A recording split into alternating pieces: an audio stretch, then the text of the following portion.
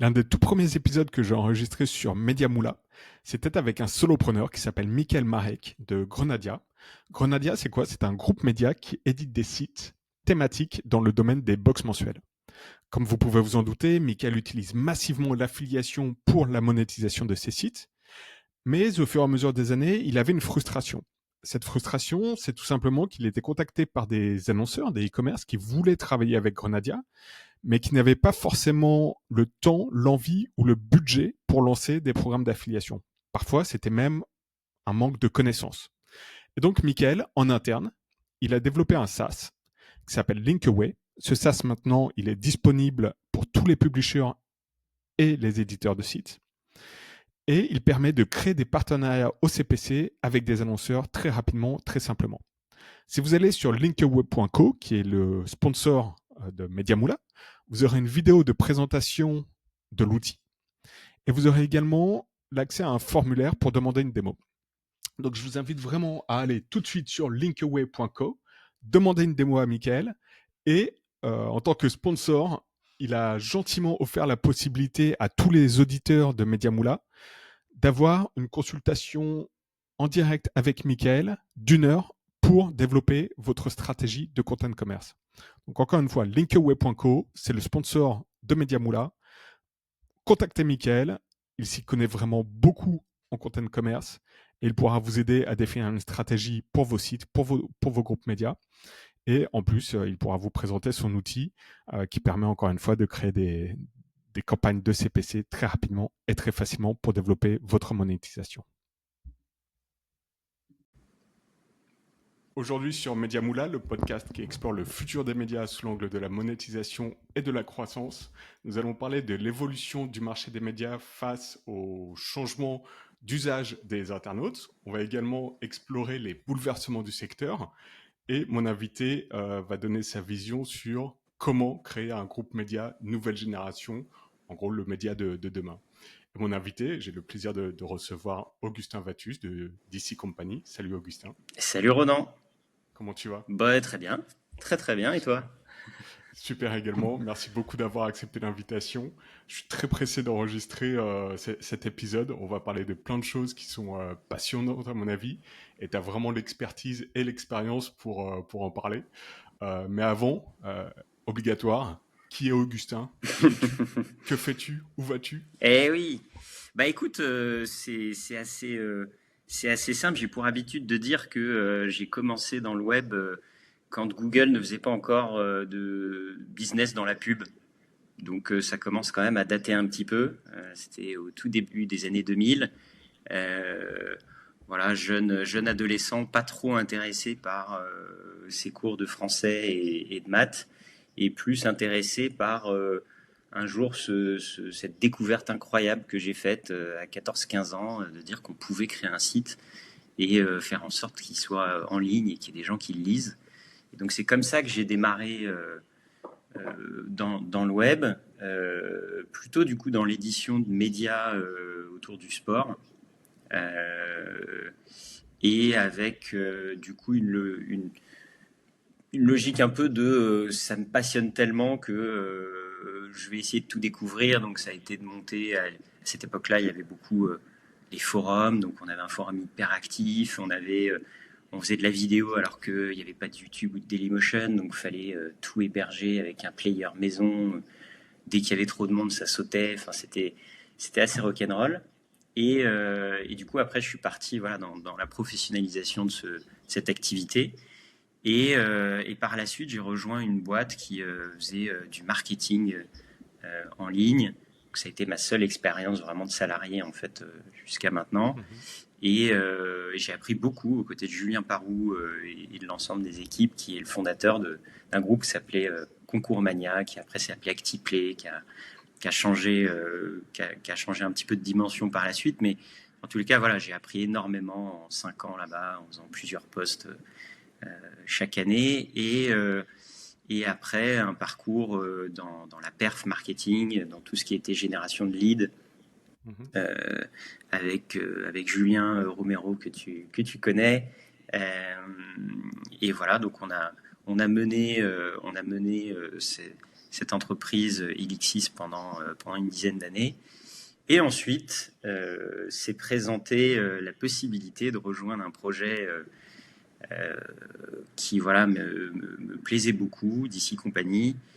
Je connaissais le fondateur Geoffrey depuis pas mal d'années.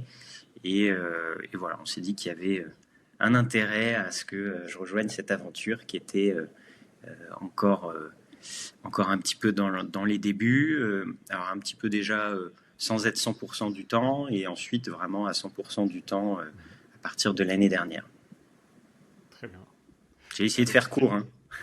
C'est parfait, c'est très bien résumé.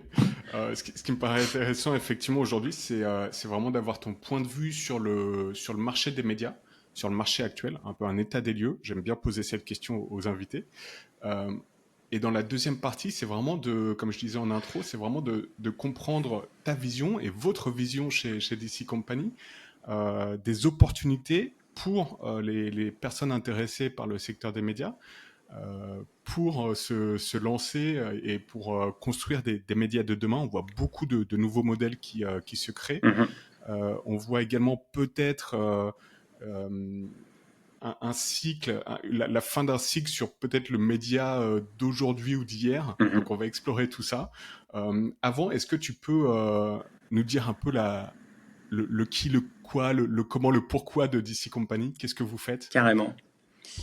Donc ça part d'une chose assez simple, c'est que Geoffrey a toujours été passionné par les médias. Il a eu une carte de presse assez jeune, il a démarré vraiment dans cette partie-là, et donc il a toujours eu un peu comme rêve un jour de monter un média, un groupe média. Voilà. Donc ça a toujours été un peu un truc. Et donc quand il a été au sortir d'une aventure professionnelle assez intense au sein de chez Tids, spécialisé donc dans la publicité vidéo, et qui avait un gros lien du coup avec les éditeurs médias. Voilà, il est parti du principe qu'il y avait aujourd'hui une place pour créer un groupe média qui se constitue donc plutôt par croissance externe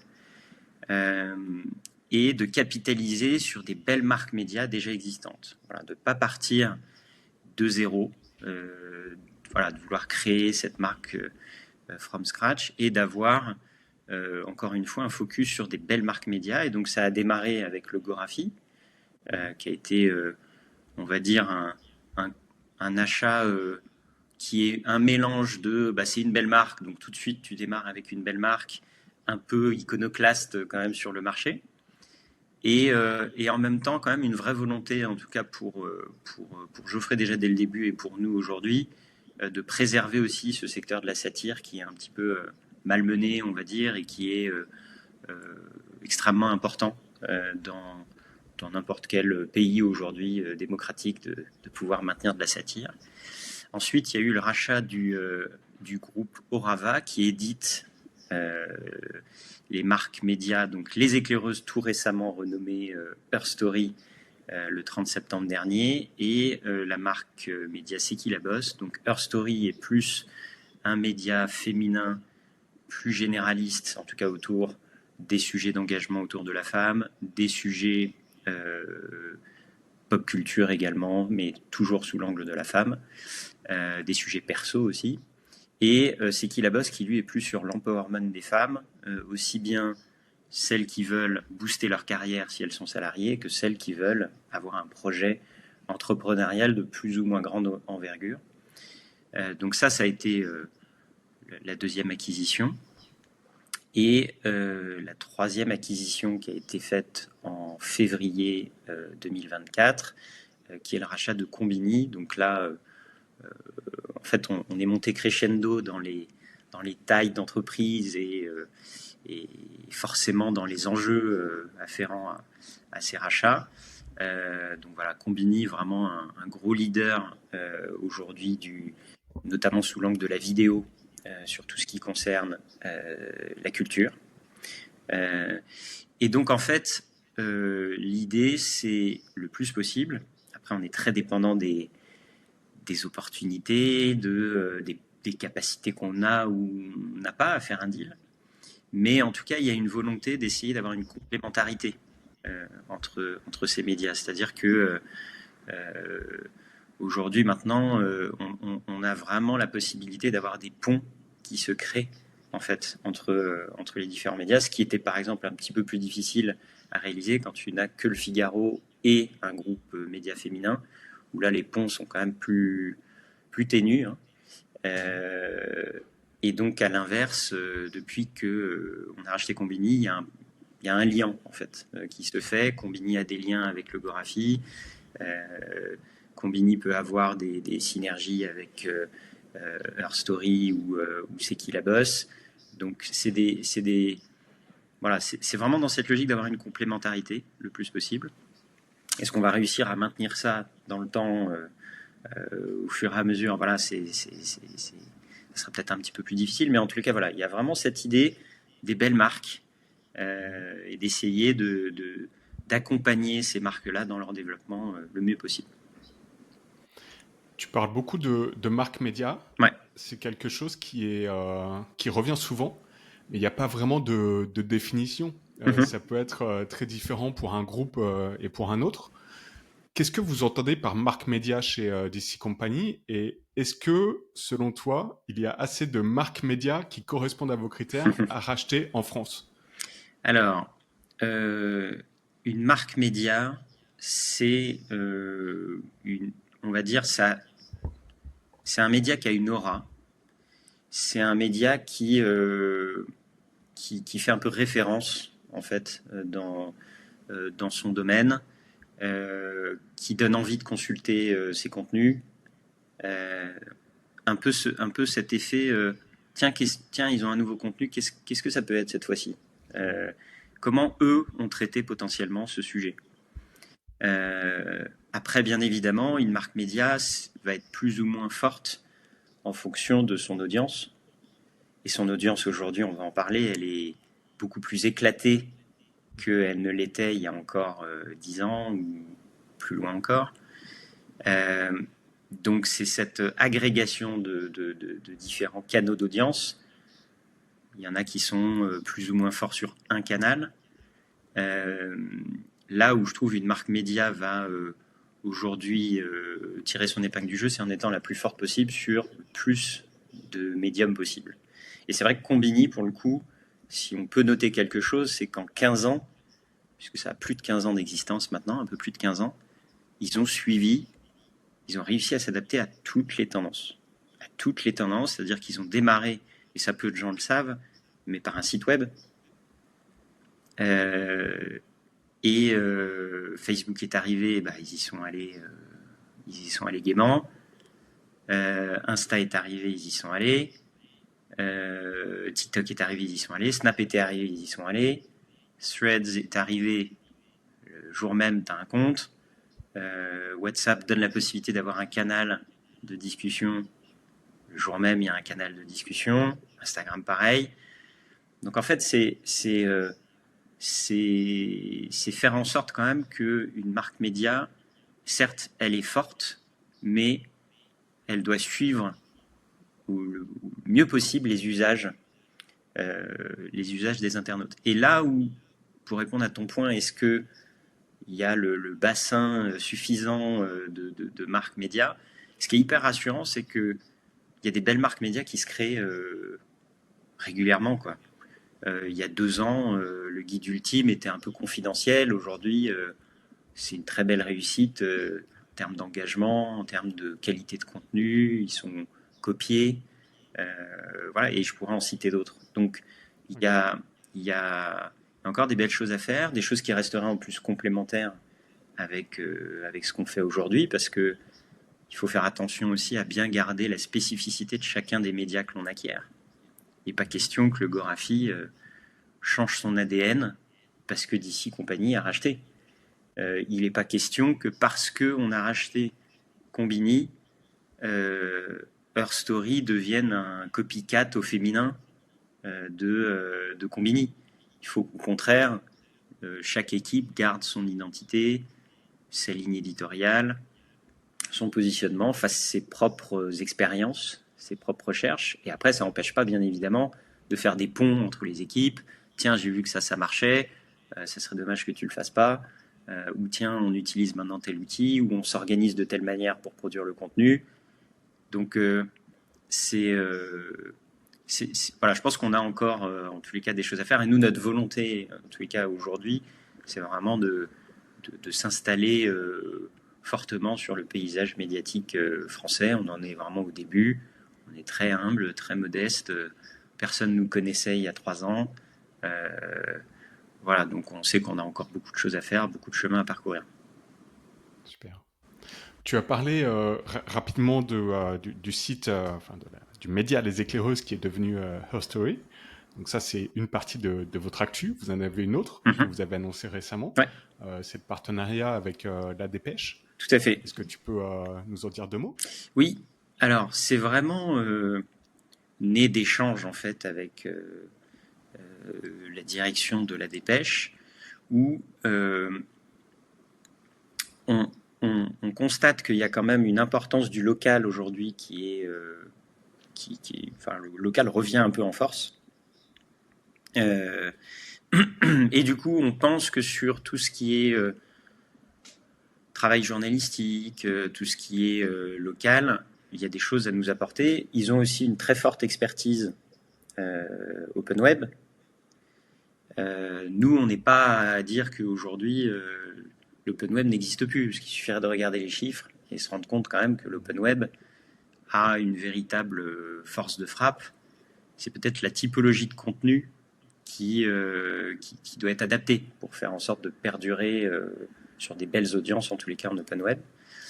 Et de l'autre côté, La Dépêche veut se développer sur la partie plateforme, réseaux sociaux, là où forcément nous on a une plus grosse expertise. Donc c'est un partenariat qu'on a voulu un petit peu capitalistique aussi pour engager un petit peu plus tout le monde, où on a des choses à s'apporter mutuellement, et ça peut aller aussi au-delà de la partie web pure, puisqu'aujourd'hui La Dépêche organise l'un des plus gros festivals en France, qui a été créé il y a seulement quelques années, qui s'appelle le Rose Festival. Donc c'est plus de 100 000 personnes qui viennent sur 4 jours assister à ce festival. Donc il n'est pas impossible qu'il y ait une liaison un peu plus forte avec, par exemple, nos marques médias sur cet événement. Et de la même manière, nous, on a la marque média C'est qui la bosse, qui, le 5 novembre prochain, organise son 4e festival C'est qui la bosse, qui réunit environ 800 personnes dans Paris pour une journée complète, avec des conférences, des workshops,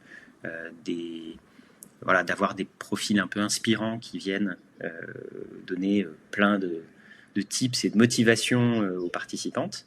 Et il n'est pas impossible que cette édition, il y ait une édition peut-être toulousaine qui apparaisse en 2025. Donc voilà, c'était vraiment une logique où on s'est dit qu'on avait des choses intéressantes à s'apporter. Et donc le travail a commencé déjà en amont, bien évidemment, de l'annonce, mais c'est intensifié depuis. Donc voilà, on a plein de choses à faire. À suivre. Exactement. Parce que tu as parlé de 2 choses, on pourrait quasiment faire des podcasts dédiés. Les médias qui retournent sur le local, ouais. Ça c'est une tendance qui est forte, notamment aux États-Unis. Et effectivement, les médias qui retournent dans la vraie vie, entre guillemets, avec des événements en physique. Et ça, je pense qu'il y a des ponts à faire qui sont assez intéressants. Quelque chose que le B2B fait très bien, puisque ouais. souvent ce sont des boîtes d'événementiel qui ensuite lancent des médias pour pousser l'événementiel, ou le contraire. Et on voit de plus en plus d'initiatives similaire sur le B2C. Donc on peut éventuellement penser, enfin je dis n'importe quoi, j'en sais rien, mais un festival Combini, ça serait pas délirant, je pense. Peut-être dans les cartons. Pour le coup, tu vois, donc c'est vrai que les événements commencent à prendre un petit peu de place aussi chez Combini. Alors c'était déjà une tendance un petit peu amorcée avant le rachat par DC Company. Mais par exemple, là, on a au moment de la fête de la musique, Combini a organisé une fête de la musique en face de l'Institut du monde arabe, en partenariat avec l'Institut du monde arabe. Il y a eu 30 000 personnes qui sont venues lancer sur tout ce qui a été prévu par Combini pour cette soirée-là, en partenariat avec l'Institut du monde arabe. Donc oui, on a en fait une légitimité d'un Combini sur la culture, on a une légitimité de nos marques au féminin sur les enjeux propres aux femmes, et même sur la partie satirique, on a déjà eu un petit peu des essais de stand-up d'auteurs du Gorafi qui sont montés sur scène. Et voilà, donc oui, il y a des vrais ponts à aller chercher dessus. Et ça permet aussi de... en fait, tout ce qui crédibilise ta marque média, tout ce qui l'a fait aller dans le vrai monde, comme tu disais, qui l'a fait sortir juste du scroll sur les plateformes, ou ce qui l'a fait sortir d'un article poussé dans Discover, ça t'amène une proximité avec ton audience, ça t'amène une matérialisation de ton audience, et ça te démontre encore une fois que ta marque est indiscutable, quoi, comme je disais tout à l'heure. C'est clair. Alors on a parlé de DC Company, on a parlé d'Augustin, mais que fait Augustin chez DC Company? Eh oui. Alors, au niveau de DC Company, ce qu'on fait, c'est que donc il y a une structure un peu mère, et donc quand on rachète un média, on le remet un petit peu sous cet ensemble DC Company. Et donc, on n'est pas très très nombreux au final sur DC Company. Et donc, on est vraiment en transverse de l'ensemble des médias. Et donc, moi, je suis en transverse de l'ensemble des médias sur la notion de créer des nouveaux produits ou d'administrer les produits actuels. Donc, un site web de Combini, combini.com, est un produit à superviser. Et donc, ce qu'on a voulu, en fait, c'est faire en sorte que à la fois le produit, la technique, la data, les enjeux de marketing à la perf que je connais plutôt bien, ou les cas de paid media par exemple, je puisse aussi avoir une supervision de ces sujets-là. Et en fait, je dis le mot supervision, mais c'est même pas tout à fait exact, c'est plutôt d'accompagnement aussi, beaucoup, des équipes qui ont des savoirs, qui ont de l'expérience, mais c'est aussi de créer un peu des ponts entre des gens qui ont les mêmes problématiques. Je donne un exemple, les personnes qui gèrent les réseaux sociaux dans chacun des médias, c'est bien qu'ils se parlent, qu'ils se donnent des tips, qu'ils fassent potentiellement des réunions communes avec les plateformes, voilà, d'avoir ce genre de choses-là. Et après, ça peut se matérialiser aussi quand on gère le produit dans un média. Ça peut être quand on sort la plateforme C'est qui la bosse, qui permet aux femmes de trouver une plateforme dans laquelle il va y avoir non seulement des contenus, mais la possibilité de se mettre en lien en fait avec les autres membres de la communauté C'est qui la bosse. Et du coup, de réfléchir à ça de façon distincte par média. On ne peut pas se dire, tiens, on va faire tel truc sur un média, on va le reproduire à l'identique sur tous les autres et ça marchera. Non, il faut qu'on réfléchisse sur chaque média. Qu'est-ce qu'on peut proposer comme produit ou comme service aujourd'hui ou demain à cette audience-là en particulier, à ses envies qui ne sont pas forcément les mêmes. Le Gorafi aujourd'hui, il y a des aficionados du Gorafi, des gens qui les suivent depuis les débuts, et qui sont sans doute plus enclins à suivre quelque chose d'un peu plus immersif encore et d'un peu plus dans le côté un peu privilégié, un peu j'ai accès à des choses encore en plus, que de vouloir absolument faire en se disant allez, on va aller chercher 50 000 personnes qui vont être intéressées par ce que fait le Gorafi, et qu'on rame pour aller chercher en réalité une grosse partie de cette audience. Et en tous les cas, même pas sûr qu'on y arrivera vraiment bien. Donc il faut réfléchir par média. Et donc ça, c'est mon rôle un peu en transverse. Et après, j'ai également une petite casquette de direction opérationnelle sur le groupe Orava qui édite donc Her Story et C'est qui la bosse. Où là, c'est vraiment de l'accompagnement aussi des équipes sur leurs problématiques opérationnelles du quotidien, et faire en sorte que les sujets qui doivent avancer avancent bien, et tout ça en collaboration avec la partie business qui, qui voilà, maintenant est une partie business un peu supervisée niveau groupe par quelqu'un qui était responsable du business en fait pour Combini et qui est passé responsable du business au niveau groupe et qui s'appelle Amir.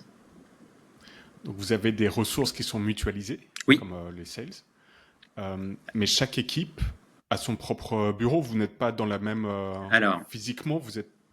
Je vais préciser en fait, les équipes commerciales ne sont pas vraiment mutualisées. C'est-à-dire, en gros, tu as une supervision au niveau groupe du business, mais les équipes commerciales vendent leurs propres médias. Et ensuite, tu peux avoir par contre des ponts qui sont faits, parce que si tu as un brief qui arrive auprès de Combini et que Her Story peut y répondre, il va y avoir une mutualisation des forces à ce moment-là pour répondre à ce brief. Mais tu vas avoir une équipe commerciale dédiée à Her Story, dédiée au Gorafi et dédiée à Combini. Vraiment, tu as des forces commerciales distinctes. Par contre, en effet, on a voulu très rapidement, après le rachat de Combini, réunir tout le monde. Donc on a mis tout le monde dans les mêmes locaux. C'était pas ce qu'on avait prévu au début, mais on a pu entendre, comprendre que dans certains cas d'acquisition dans des médias ces dernières années, le fait d'avoir gardé des médias qui étaient chacun dans leur coin avait pu freiner finalement des logiques de collaboration.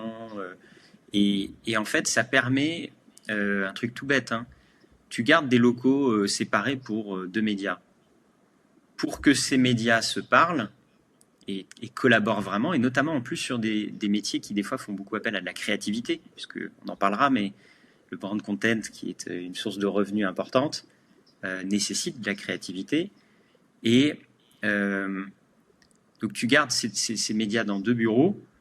Pour qu'ils se parlent, tu vas devoir forcer, entre guillemets, faut que telle équipe aille dans les bureaux de l'autre pour te faire un point. Et puis, va falloir organiser tel point qui va faire qu'ils vont se parler, etc. Là, tu as beaucoup moins besoin de le faire parce qu'ils sont dans les mêmes locaux, donc ils se croisent. Ils sont, les équipes commerciales de Her Story sont pas loin des équipes commerciales de Combini. Donc, ils peuvent rebondir, ils peuvent avoir des échanges qui n'existeraient pas du tout de la même manière s'ils étaient séparés. Donc, on a voulu vraiment les rapprocher assez vite. Ça, voilà, on va dire que c'est peut-être pas la partie qui a été le plus appréciée peut-être tout de suite par les uns ou par les autres, mais je pense qu'aujourd'hui, ça y est, ils commencent à en voir les effets. Et puis c'est après une logique de quand tu sais que ton média rejoint un groupe, maintenant il faut passer dans une logique de groupe. C'est-à-dire tu dois collaborer avec ce groupe. Ça paraît logique d'essayer de créer un peu des ponts. Donc c'est assez important. Et pour finir un peu sur ce côté médias mis les uns à côté des autres, entre guillemets, donc il va y avoir quelque chose qui est sacralisé vraiment fortement, c'est la partie édito. C'est-à-dire que là, chaque média garde son indépendance, garde sa ligne éditoriale. Donc il n'y aura pas un journaliste de Combini qui va travailler sur une vidéo de Her Story et vice-versa. Ça, c'est complètement séparé. Et après, il y a bien évidemment des logiques plus, du coup, là, qui me concernent d'un point de vue technique. Quand tu rachètes des médias et qu'il y a 3 systèmes CMS différents, 3 hébergeurs différents, 3 stacks AdTech différents, etc., ta logique, c'est quand même de dire que si tu dois les administrer et autant avoir une uniformisation de tout ça. Donc ça, c'est des choses qui, là, par contre, se font assez bien en synergie au sein du groupe. Et puis après, bien évidemment, les fonctions plus support, administratives, qui, là, pareil, n'ont pas vocation à rester splittées sans qu'il y ait de pont qui soit fait aussi. Très clair. Est-ce que tu peux partager quelques chiffres sur DC Company? Donc, on a parlé des marques médias. Combien vous en avez? Les équipes, le trafic éventuellement, si tu as les chiffres. chiffre d'affaires également, on prend si tu peux le partager, pour positionner un peu le groupe. Bien sûr. Alors, DC Company, donc c'est vraiment 4 marques médias aujourd'hui. Donc on l'a dit, Ilgographie, Her Story, C'est qui la bosse et Combini. On a environ 200 personnes. Dans ces 200 personnes, tu as, on va dire, un moitié-moitié à peu près entre des gens qui sont plutôt orientés business et des gens qui sont plutôt orientés édito. Pourquoi ? Parce que chez Combini, on a de la créa qui est soit de la créa qui travaille que sur de l'édito, soit de la créa ou de la prod qui ne travaille que sur du business. C'est assez étanche de ce point de vue-là. Voilà. Après, en termes d'audience, si tu cumules en 2023 l'ensemble des vues, parce que c'est vrai qu'on est très orienté vidéo chez DC Company, on est à peu près à 4 milliards de vidéos vues sur l'ensemble de l'année 2023. Toutes plateformes confondues, ça inclut les vidéos YouTube comme les Insta, les TikTok, etc. En termes de trafic open web, nous on est petit, hein. On ne demande qu'à croître un peu, hein, mais on va dire qu'on a des médias qui sont historiquement qui étaient beaucoup Facebook dépendants. Il n'y a pas vraiment eu on va dire, un travail de fond anticipé il y a plusieurs années de SEO. Voilà, donc cette partie site aujourd'hui, on doit être aux alentours des 5 millions de visites à peu près en cumulant l'ensemble des marques médias. Et en termes de chiffre d'affaires, on est un petit peu au-delà des 20 millions de chiffre d'affaires. Et on a des ambitions en tous les cas de croissance à la fois organique sur ces marques dont on pense qu'elles peuvent encore aller vraiment plus loin que ce qu'elles font aujourd'hui, et de la croissance externe qui pourra continuer à l'avenir. D'accord. Donc, transition pour la partie état des lieux. En préparant ce podcast, on a bien discuté. Et tu m'expliquais que selon toi, là, on est à un moment charnière sur le marché des médias. Est-ce que tu peux nous expliquer un peu ce que ça veut dire pour toi et comment tu vois les choses ? Bien sûr. En fait, c'est un moment charnière qui a démarré il y a déjà un petit moment, parce que, en fait, c'est vraiment une question de... On en parle beaucoup, en tout cas beaucoup d'articles aussi qui en font état, mais c'est le changement des usages, en fait, tout simplement des internautes. La seule chose qui n'a pas changé depuis la nuit des temps, c'est la durée de tes journées. Tu as 24 heures, tu en passes déjà une petite partie à dormir. Tu passes une petite partie à manger, a priori, plus en France que dans d'autres pays. Et donc, tu peux pas étirer le temps, quoi. Et ce qu'on peut voir, c'est que, et c'est très marqué dans les nouvelles générations, on déleste de plus en plus l'écrit, on déleste de plus en plus la fidélité à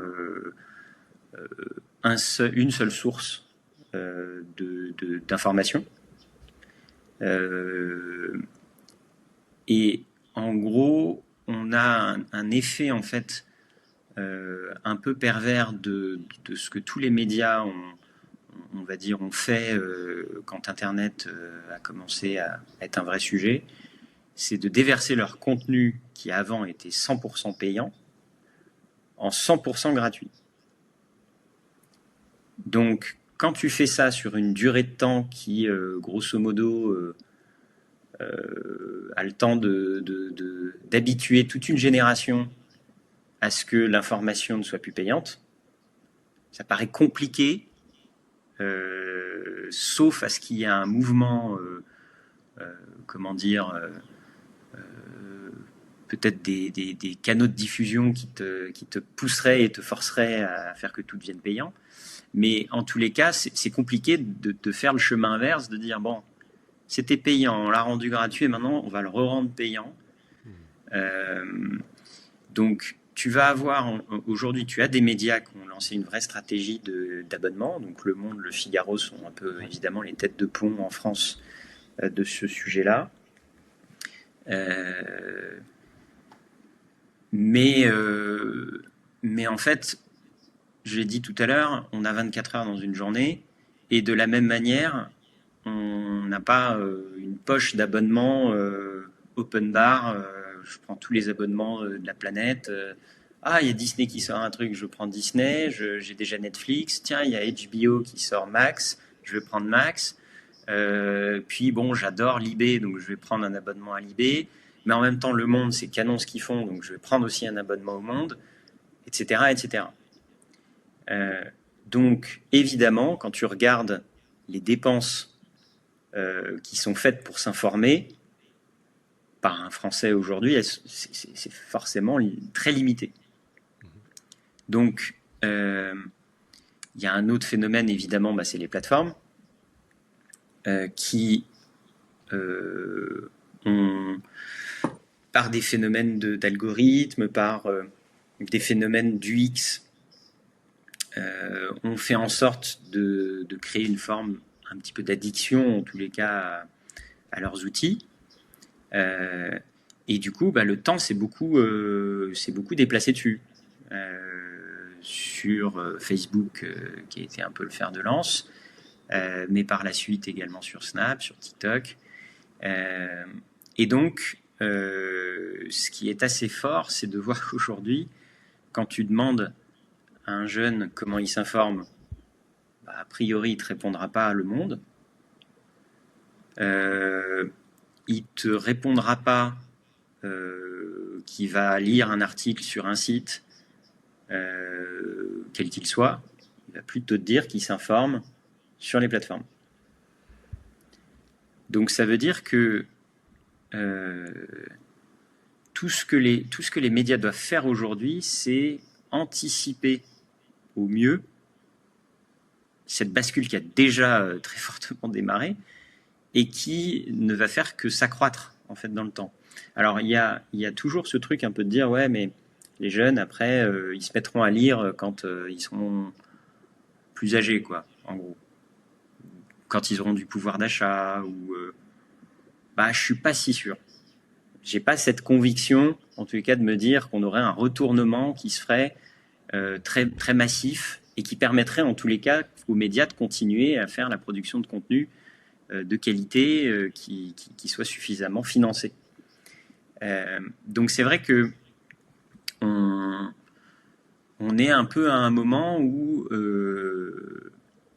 tu as justement des médias qui sont très open web depuis des années, qui forcément se posent des questions, peuvent même avoir des inquiétudes sur est-ce que je vais réussir à maintenir des audiences dans 10 ans, dans 15 ans, qui seront aussi importantes sur l'open web?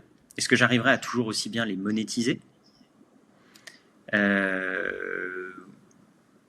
Et tu me dirais, bon, s'il y avait que les usages qui changeaient, mais non, on a en plus des plateformes, des GAFAM qui prennent des dispositions qui sont plutôt à l'encontre, en tous les cas des médias. Quand tu as un Apple qui dit dans iOS 18 je te donne la possibilité de killer n'importe quelle partie de la page, je ne sais pas si ça sera adopté, parce qu'en réalité sur ton Safari ou d'autres navigateurs tu avais déjà l'option de pouvoir passer en mode lecture d'un article, ça te dégageait tout sans que tu aies besoin même de faire un effort de choisir les blocs que tu as envie d'enlever, et ça n'a pas été adopté comme fonctionnalité. Donc, est-ce que ça sera adopté de la même manière? Je ne sais pas. La vraie adoption anti-pub qui a existé, c'est sur desktop, le l'adblocker. Voilà, ça a été vraiment une adoption assez forte. Mais voilà, en tous les cas, il y a quand même des choses qui nous montrent que Google, par exemple, qui est un peu un des derniers îlots, on va dire, de génération de trafic pour les médias, puisque Meta a calmé le jeu, hein, c'est pas qu'on puisse dire. Eh bien, Google, quand il teste dans Discover le fait de mettre des liens d'affiliation sous un article qui, lui, en fait, voudrait vivre de l'affiliation, il va détecter que ça parle de tel modèle de télé, il va le mettre direct en dessous. Voilà, donc, encore une fois, est-ce que ça va être mis en place? Quel sera l'impact? Est-ce que ça va être gardé par Google post-test? Je ne sais pas. Mais en tous les cas, ça montre quand même une volonté d'un Google de peut-être moins favoriser certains acteurs. Autre point, bien évidemment, aussi qui n'est pas super bon signe, c'est beaucoup de médias aujourd'hui, comme tu le sais, ont développé des verticales complètes sur les bons d'achat, les bons plans, les codes promo, etc. Donc il y a eu un peu un bain de sang aux États-Unis sur la partie code promo. Et pour le coup, Google, encore une fois, ne montre pas des signes de grande clémence vis-à-vis des médias là-dessus, avec cette fameuse aussi fonctionnalité qui vient d'être ajoutée à Chrome pour avoir automatiquement, quand tu es sur un site, le code de réduc qui est proposé pour... quand tu es un éditeur média qui a toute une partie où tu as voulu capitaliser sur la force de ta marque, sur l'autorité en SEO, etc., et que tu as ça qui débarque, tu te dis qu'a priori, en termes d'adoption, si c'est Google qui le fait, ça peut aller vite. Donc, voilà, c'est plus ce côté, on a une adjonction de petits nuages, en gros, au-dessus des médias. Et donc, ça veut dire que le seul truc, et c'est là où Combini a été très fort, c'est vraiment là où Combini a été très fort il y a plus de 15 ans, c'est que les fondateurs de Combini, David et Lucie, ils ont eu tout de suite la conviction qu'il fallait ancrer une marque. Et donc, c'est tout bête, hein, mais quand tu mets à la fin de tes vidéos ce petit Combini qui est lancé avec une image un peu sympa, etc., en fait, tu impactes comme ça dans la tête des gens. Et il n'y avait pas d'autres médias en ligne qui faisaient ça à l'époque. Tu impactes. Combini. Même aujourd'hui, quelqu'un qui ne consomme pas tous les jours du Combini, à un moment ou un autre dans le mois, s'il est sur une plateforme, sera confronté à un contenu Combini. Et donc, tu as deux options. Soit tu te dis, j'embrasse pas les changements et donc je vais pas sur les plateformes parce que j'ai pas envie d'être piégé par les plateformes. Je sais pas si beaucoup de médias se diraient encore ça aujourd'hui, mais en tous les cas, il y en a quelques-uns qui ont pu se le dire à un moment, un peu échaudés par la course au like sur Facebook, et on va pas refaire la même sur d'autres plateformes. Et voilà, mais pour le coup, je pense que c'est une obligation pour un média de suivre les usages et d'essayer de répondre à ces usages de la meilleure des façons en maintenant au mieux sa ligne éditoriale, ses convictions, en faisant sortir des infos qui doivent être sorties. Et, voilà, mais en tout cas, tu es obligé de suivre ces usages. C'est-à-dire que sinon, et je crois que tu en as parlé un petit peu forcément avec Jérémy chez Reward, mais ils ont quand même fait un virage assez fort en termes de recrutement d'équipe sur cette partie sociale et plateforme, parce que encore une fois, tu as toute une génération qui ne se posera même pas la question d'aller sur un site. Nous, c'est assez marquant. Combini a démarré avec un site web. Aujourd'hui, tu fais un sondage dans la rue auprès de gens qui connaissent Combini, ils ne savent pas qu'il y a un site. Voilà, pour eux, c'est des contenus qu'ils voient sur les plateformes. Et voilà, donc aller à l'encontre de ça, c'est compliqué aujourd'hui. Et donc, c'est d'essayer de trouver les meilleurs moyens de faire une marque média forte et qui, en effet, vive au plus d'endroits possible. Je reviens quand même sur ce que j'ai dit tout à l'heure. C'est indispensable et qui passe, en effet, dans la vraie vie. Et qui matérialise auprès de son audience quelque chose d'assez concret, d'assez palpable, d'assez visible. Ça peut être aussi du merch. Il y a des marques médias qui peuvent, aux États-Unis, avoir du merch aujourd'hui qui se développe et ils y arrivent plutôt bien. Donc voilà, je pense qu'en effet, on est un peu on s'est enclenché depuis un petit moment. Aujourd'hui, par exemple, sur l'open web, ce qui a l'air de quand même toujours très bien fonctionner, c'est la news un peu chaude. Là-dessus, a priori, il n'y aura pas de la place pour tous les médias de France et de Navarre. Soit tu es un média qui produit de l'information.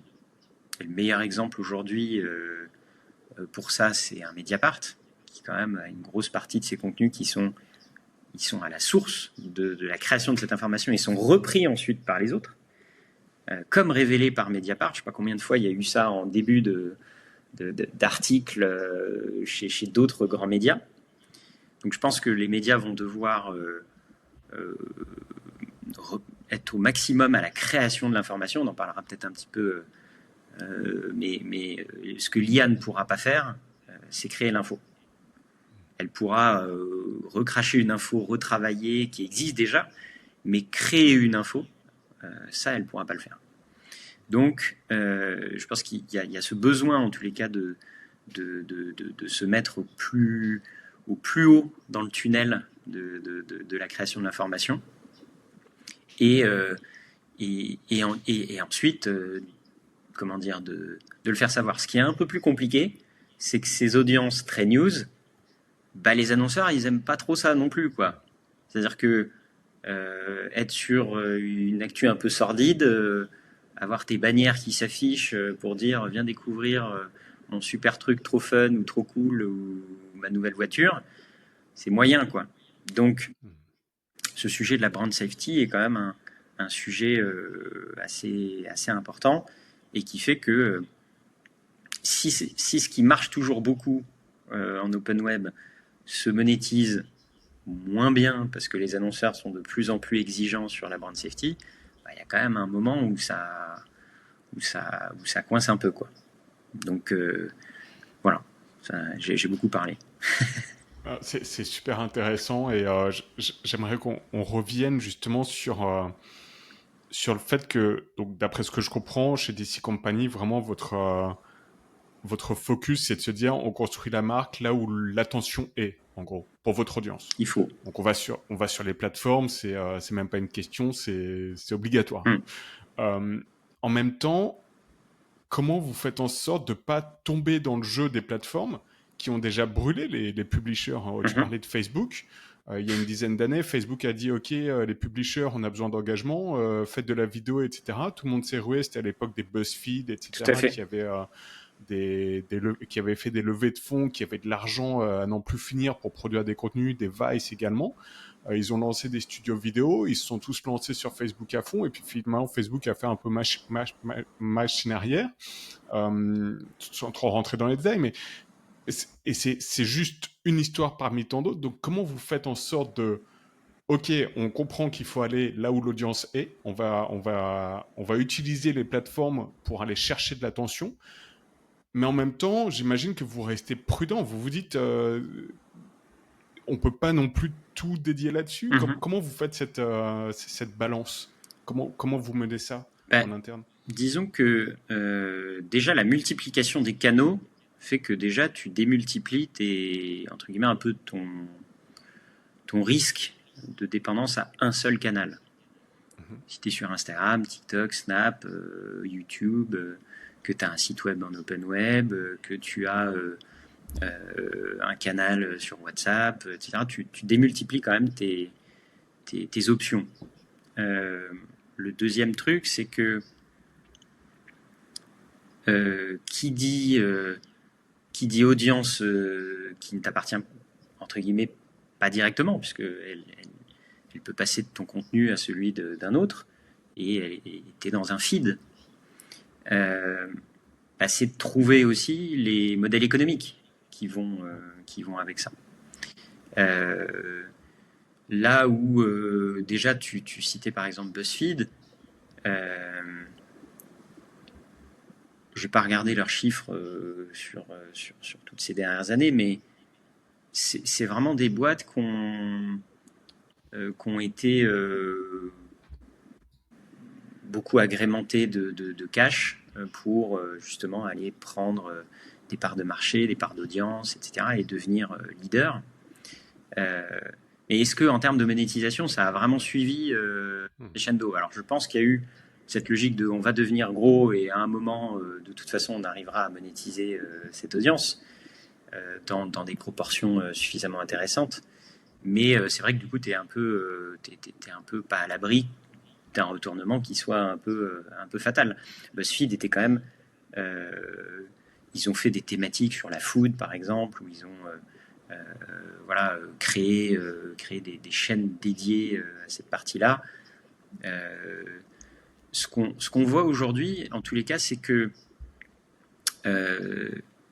la démultiplication des modèles économiques est indispensable aujourd'hui pour les médias. Tu ne peux pas juste te dire je vais faire de la pub open web quand tu es un média, et tu ne peux pas juste te dire je vais faire que du brand content si je suis un média. Tu dois cumuler les différentes sources de revenus au maximum. Si tu fais de l'événementiel, il faut que tu arrives à valoriser cet événementiel. Et on en revient quand même toujours à la même chose. C'est la marque qui fera que tu arriveras à en tirer la meilleure monétisation. Je te donne un exemple. Nous, aujourd'hui, on est petit en open web, vraiment pas un gros acteur, mais par exemple, Combini arrive encore aujourd'hui à avoir des deals en gré à gré parce que c'est Combini. C'est-à-dire que si tu es un annonceur, tu veux t'adresser aux jeunes aujourd'hui via ce type de marque-là, tu n'en as pas 500 des Combini qui sont à ta dispo. Donc, cultiver sa marque, cultiver la force de sa marque, ton côté un peu incontournable, c'est vraiment ça qui est important. Et après, juste pour finir là-dessus, sur les plateformes, comment dire, si déjà tu pars dans une logique d'y aller mais avec le frein à main, en fait, il faut produire suffisamment de contenu pour émerger sur ces plateformes, ça c'est une certitude. Et donc après, c'est de faire en sorte d'avoir l'équipe la mieux organisée possible, avec les meilleurs process possibles, pour faire cette production de la façon la plus efficace et de la façon la plus comment dire, qui soit du début, c'est-à-dire à l'idée, donc tiens, on va faire tel contenu, jusqu'à la fin, sa publication, à quel moment, sur quelle plateforme d'abord, etc.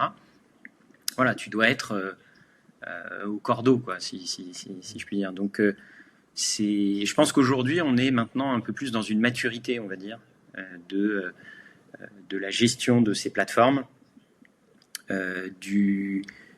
comment dire, de pas faire n'importe quoi en termes de moyens, où voilà, tu mettrais en fait, tu essaierais de construire déjà tout pour accueillir 500 personnes chez toi, alors que pour l'instant, il y en a 50, quoi.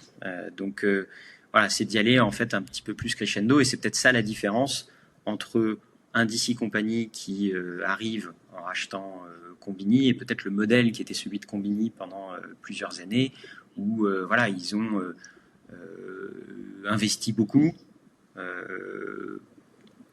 voilà, en perdant quand même des sommes assez importantes pendant plusieurs années, et que maintenant, ça y est, tout le monde a appris, tout le monde sait comment s'y prendre, et surtout, on a un business qui s'est quand même bien développé maintenant et avec des lignes de revenus un peu variées. D'accord. Tu parlais de modèle économique. Qu'est-ce qui, quelle est la répartition justement Mhm. entre brand content tu parlais également dans la préparation du podcast, tu disais que la programmatique souffre et va continuer à souffrir, donc je suis curieux d'avoir ton avis là-dessus. Comment vous répartissez les revenus sur vos médias? Ouais. Alors, le brand content reste la source numéro un aujourd'hui parce qu'on est assez identifié par nos marques médias comme étant un acteur. Même le Gorafi aujourd'hui devient un acteur Mhm. qui se démarque bien en brand content parce que pareil, combien tu as de Gorafi à ta disposition quand tu es un annonceur pour faire des campagnes de brand content décalées, de l'autodérision, etc. Je sais pas, t'es un Burger King aujourd'hui, tu as l'habitude de faire des campagnes d'autodérision, comment tu pourrais ne pas travailler avec le Gorafi? euh, Donc le brand content, c'est vraiment une spécialité assez forte chez nous. La deuxième chose aussi, c'est qu'on a une agence en interne qui s'appelle Combini Studio, qui voilà, est une agence qui travaille en marque blanche donc pour des annonceurs qui ont envie d'avoir le savoir-faire qui peut être celui de Combini et maintenant de manière plus générale d'ici Compagnie. Donc c'est par exemple l'agence qui gère la communication pub de Soch depuis 14 ans. Je suis passé chez Soch, que j'ai bien dit. C'est un slogan qui a été créé par le Combini Studio. Donc ça, c'est aussi une façon de se diversifier. Donc ça, on compte bien encore accélérer sur cette partie-là. L'autre partie, donc, il peut y avoir donc, cette partie display dont on a parlé, avec encore une fois la force de la marque qui fait que on peut continuer à avoir des deals assez intéressants sur cette partie-là, parce qu'encore une fois, on est un peu référent quand on est Combini et il n'y en a pas 500. Et maintenant, donc, il y a la partie événementielle aussi, qui est un sujet qui commence à se développer. Alors, ça, c'est cette partie monétisation de l'événementiel, c'est plus du côté de C'est qui la bosse qu'on l'a vraiment expérimenté. Donc, tu as une première édition où tu perds un peu d'argent, tu as une deuxième édition où tu es un peu flat, tu as une troisième édition où tu gagnes de l'argent et tu auras une quatrième édition où tu gagneras encore plus d'argent. Euh, donc ça, il faut accepter que tu passes pas de zéro à une édition et pouf, ça y est, tu es rentable tout de suite. On adorerait, hein, ça serait formidable, mais c'est pareil, il faut continuer à faire que la marque C'est qui la bosse devienne, enfin, continue d'être leader sur cette partie empowerment des femmes et que les festivals que tu organises soient des succès. Et que le succès amène le succès et qu'il y a d'autres personnes qui ont envie d'intervenir dans ce festival alors qu'elles auraient peut-être dit non à la première édition et que du coup il y a d'autres personnes qui vont venir à ce festival en se disant bah, tiens c'est cool. Et donc les personnes qui viennent payent un billet d'accès à cette journée et on va également avoir des annonceurs qui vont vouloir s'associer à ce moment, à à ce moment d'énergie absolument incroyable. Toute la journée, ça n'arrête pas. Il y a des animations. Ça finit avec un after qui est assez sympa aussi, avec beaucoup d'enthousiasme. Donc voilà. Donc ça, c'est des choses aussi dans lesquelles on croit beaucoup. Et tu l'as dit tout à l'heure, un Combini est 100% adapté aussi à y aller franco sur l'événement. J'ai beaucoup parlé d'affiliation également, puisque j'ai reçu tout début au lancement du podcast Florent de Clubic ou les personnes également de chez Humanoid avec Clément Grandjean, donc plutôt expert sur la monétisation via le content commerce. Vous faites de l'affiliation, du marketing à la performance, secteur que tu connais très bien également. Et oui. Alors on en fait très peu. Pourquoi? Parce que quand tu es un média, tu pourrais tenter de courir après deux lièvres. Le lièvre du branding, de la notoriété, et le lièvre de la performance. Euh, Aujourd'hui, sur la performance, tu as des acteurs qui ont raflé la quasi-totalité du marché. Si on parle de l'affiliation aujourd'hui en France, je connais très bien les chiffres, on est sur un marché sympa en termes de volume, mais si tu le compares au SIA, si tu le compares au social, c'est pas grand-chose en réalité. Euh, et, et pour le coup, on voit que c'est quand même un secteur qui est tiré par certains secteurs forts, on va dire. La tech, bien évidemment, qui est assez, quand tu disais les numériques, humanoïdes, etc., ils sont très forts là-dessus. Il y a un savoir accumulé de nombreuses années pour se trouver une place dessus. Et aujourd'hui, ils ont des craintes, on va dire, par rapport à l'arrivée de SGE dans les résultats de Google, qui aurait peut-être une logique à bypasser un peu ce type d'éditeur-là. Donc en gros, nous, on pourrait se dire, bah tiens, on a quand même une belle marque, on pourrait essayer de faire du content to commerce via notre site. Donc on a eu des discussions avec pas mal d'acteurs et en fait, il y a vraiment ce truc de nous, ce qu'on va plutôt peut-être aller chercher, c'est à concurrencer plutôt des budgets télé. C'est-à-dire que si une marque, elle aura toujours besoin des deux. Elle aura besoin de faire de la perf, mais elle aura besoin de faire de la notoriété. Elle aura toujours besoin qu'on parle de sa marque d'une façon un peu différente que juste je veux te vendre ce truc-là avec un code de réduc à moins 20%. Il aura besoin des deux. Et du coup, c'est vrai que nous, on est plutôt à se dire, est-ce qu'on n'a pas plutôt des budgets télé à récupérer sur le digital? Pourquoi? Parce que aujourd'hui, la télé n'est plus regardée par une autre cible que des personnes âgées.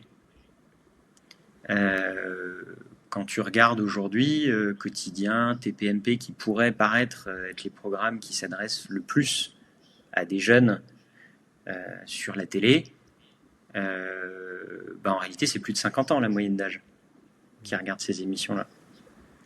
Donc ça veut dire que tu es un annonceur, tu as envie de parler à des gens de 18, 35 ans, même 40, même 45, tu les touches quasiment plus, en fait, en télé. Enfin, tu les touches beaucoup moins, en tout cas, qu'à une époque. Donc nous, c'est plutôt vers ça qu'on se tourne.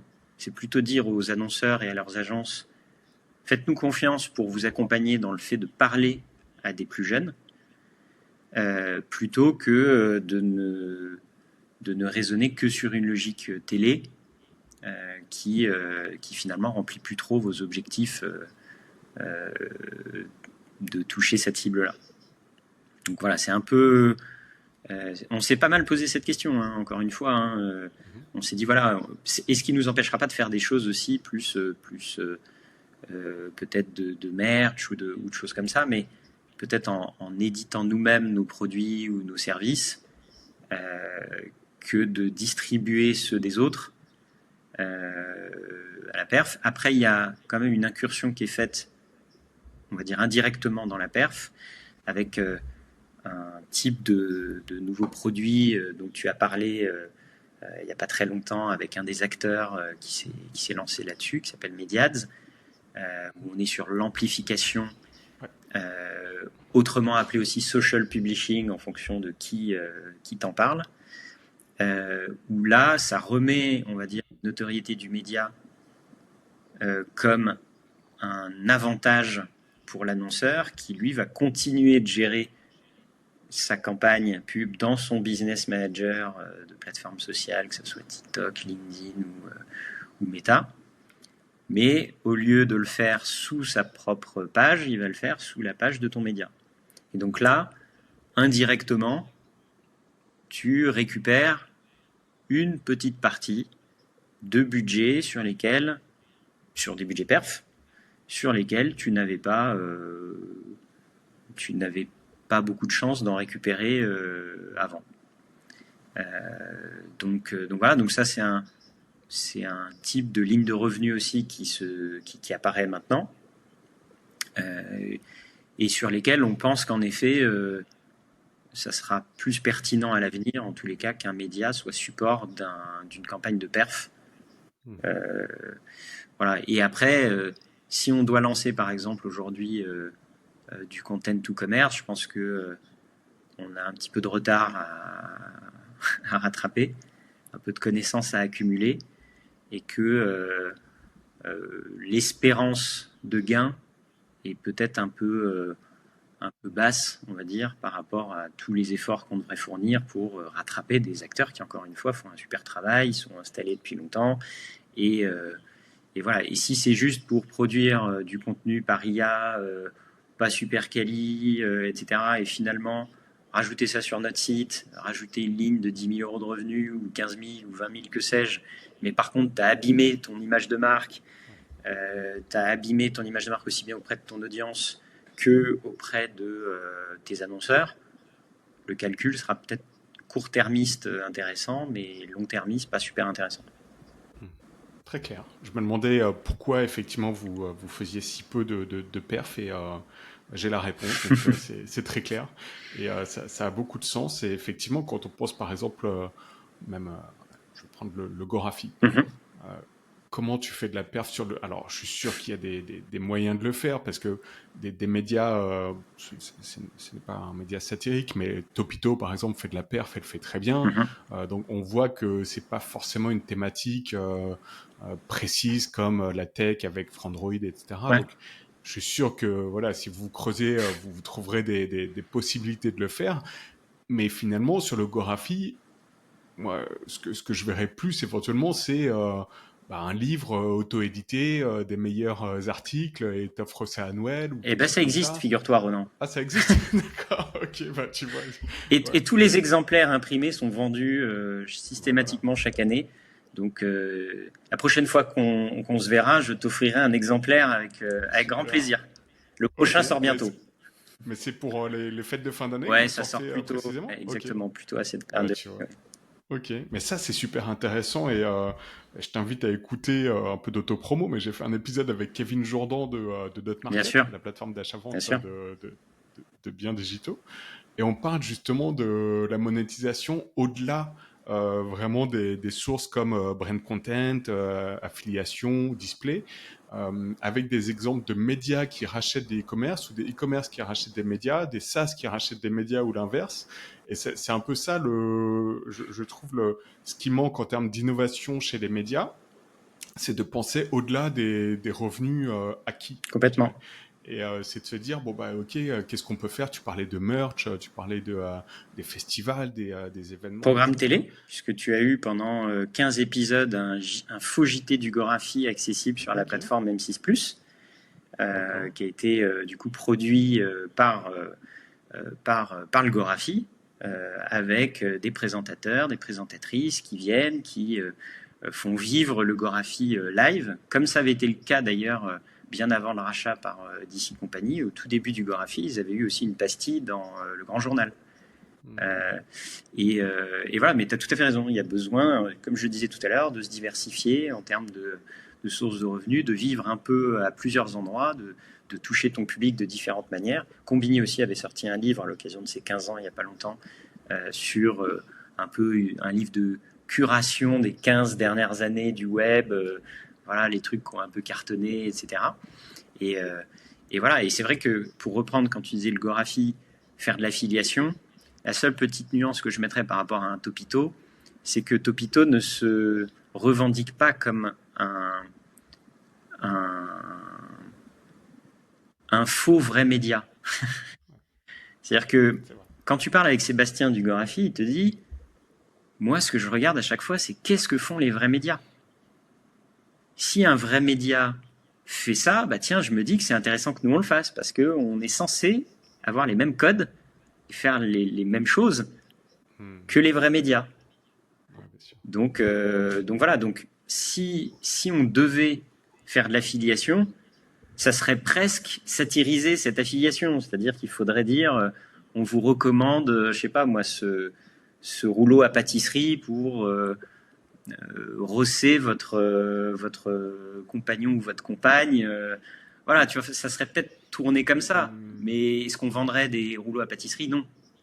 Enfin, donc, donc voilà, mais c'est sûr que c'est un vrai sujet intéressant. Et je pense qu'encore une fois, si on doit courir un lièvre aujourd'hui, c'est plutôt continuer de courir le mieux possible derrière celui du brand, du branding, d'aller convaincre des annonceurs et des agences que il faut qu'ils basculent des dispositifs plutôt télé chez nous. Très clair. Donc là, on était sur la partie un peu parfois qui peut être alarmiste de l'état des lieux des médias, mais tu l'as quand même tourné de façon à ce qu'on ait de l'espoir. Mais là, on va vraiment rentrer dans le futur et donc dans la vision de ce qui nous attend demain en termes de vision média. Quelles sont, selon toi, dans ce contexte que tu as très bien décrit, les opportunités pour les médias de demain et comment vous faites, tu as déjà abordé ça, mais comment vous faites face en fait chez DC Company à cette situation, sachant que tu l'as rappelé, vous êtes un groupe relativement jeune. Tout à fait. Bah, c'est un peu notre force, c'est d'être jeune. C'est-à-dire que c'est plus facile pour un groupe média qui se lance en faisant de la croissance externe que d'être un média avec une marque déjà installée qui a 70% de son revenu qui viendrait du programmatique et qui est obligé de déplacer un paquebot pour changer de direction, quoi. Donc c'est vrai que nous, pour l'instant, on a cet avantage-là de dire on peut choisir autant que faire se peut, encore une fois, en fonction des opportunités, des possibilités de faire un deal, mais de choisir les médias sur lesquels on peut miser. Quand on mise sur un Combini ou quand on a misé sur un Les Éclaireuses de Junior Story, tu mises déjà sur des médias qui ont déjà préempté les plateformes. Tu mises déjà sur des médias qui ont constitué une marque référente dans leur domaine. Donc, c'est pour nous, elle est quand même là, l'opportunité aujourd'hui, c'est de pouvoir choisir les médias qui ont pris, selon nous, et on a le droit de se tromper pour le coup, des bons chemins. Quand il y a le rachat de Groupama, éditeur de Her Story et C'est qui la bosse, une des fondatrices de C'est qui la bosse, Mélodie, elle rêvait de faire un festival. Et donc, quand il y a eu ce rachat, c'est-à-dire, oui, le festival se fera. Donc, je crois que c'est racheté en novembre 2022 et mars 2023, première édition du festival. Donc, je pense qu'aujourd'hui, encore une fois, je l'ai dit tout à l'heure, il y a plusieurs médias qui se lancent. Tu es la démonstration aussi d'un média qui se lance en B2B sur un secteur en particulier, il y en a d'autres. Je pense que les opportunités, en tous les cas, sont, encore une fois, la démultiplication des canaux de discussion, la possibilité d'avoir plusieurs sources de monétisation, alors qu'avant, peut-être, le marché était obnubilé par un seul type de monétisation. Beaucoup l'abonnement à un moment, mais je crois que ça y est, les gens ont compris que on ne pourrait pas faire un média qui ne vivrait que d'abonnement. Encore une fois, on reboucle sur le début qui est les usages. Donc voilà, donc c'est ça que je trouve génial, moi, c'est de me dire aujourd'hui, toi, tu fais ton média, tu distribues sur YouTube, tu distribues sur plusieurs plateformes de podcast, tu distribues sur LinkedIn. Voilà, ta capacité de distribution, elle est quand même un peu plus ouverte que quand tout le monde était SEO focus, à se dire, voilà, il faut que je remonte mon article d'interview avec Augustin en SEO, et ça sera ça ma seule planche de salut.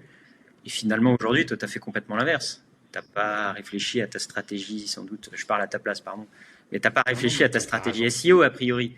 Tu as plutôt réfléchi à une logique de distribution multicanal. Et te dire, voilà, celui qui préfère regarder des vidéos, il pourra regarder des vidéos. Celui qui me connaît pas encore va voir une petite pastille sur LinkedIn et donc va avoir envie de voir la suite. Il écoutera ça en faisant sa course le dimanche matin avec ses écouteurs.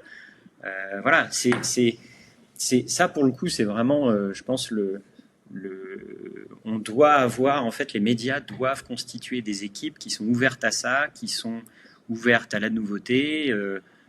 On est en train de parler de ce qui existe aujourd'hui, mais par définition, c'est pas forcément ce qui existera demain. Est-ce que TikTok sera toujours autant utilisé? Est-ce que du législatif va pas mettre son nez dedans pour voilà, enrayer un peu son développement?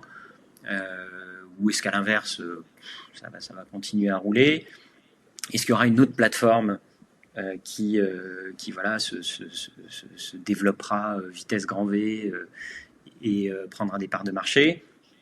Ce qui est certain, c'est qu'il faudra les suivre. Il faudra les explorer.